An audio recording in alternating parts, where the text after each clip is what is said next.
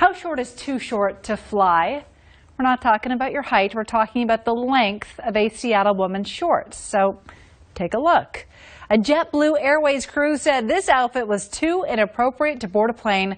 And tonight, King 5's Heather Graff talked to the woman at the center of that clothing controversy.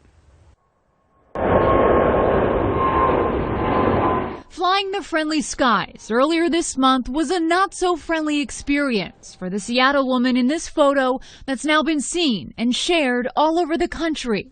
A few minutes before boarding was set to start, the gate lead approached me and said that there was a problem and that what I was wearing was not appropriate. Maggie McMuffin is a burlesque performer who on May 18th was returning from a show on the East Coast. She took a JetBlue flight from New York to Boston earlier in the day with no problems. But during the second leg of her trip from Boston to Seattle, she says the crew at the gate told her the black and white striped shorts she was wearing were too short to board the plane, and they asked Maggie to change.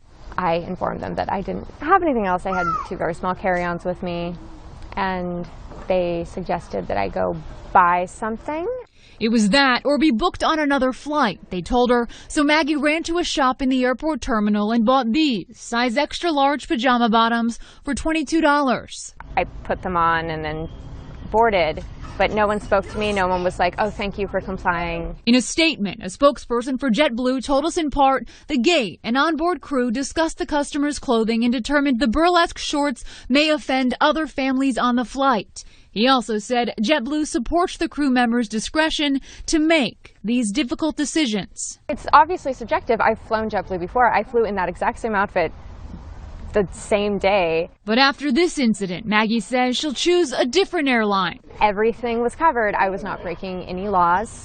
The next time she flies the friendly skies. In Seattle, Heather Graff, King 5 News. Well, the airline did reimburse Maggie the cost of the pajama bottoms she bought at the airport, and she also received a $162 credit for a future flight on JetBlue, though Maggie says she would prefer an apology and more clearly stated passenger dress code. So we asked you to let us know if you thought the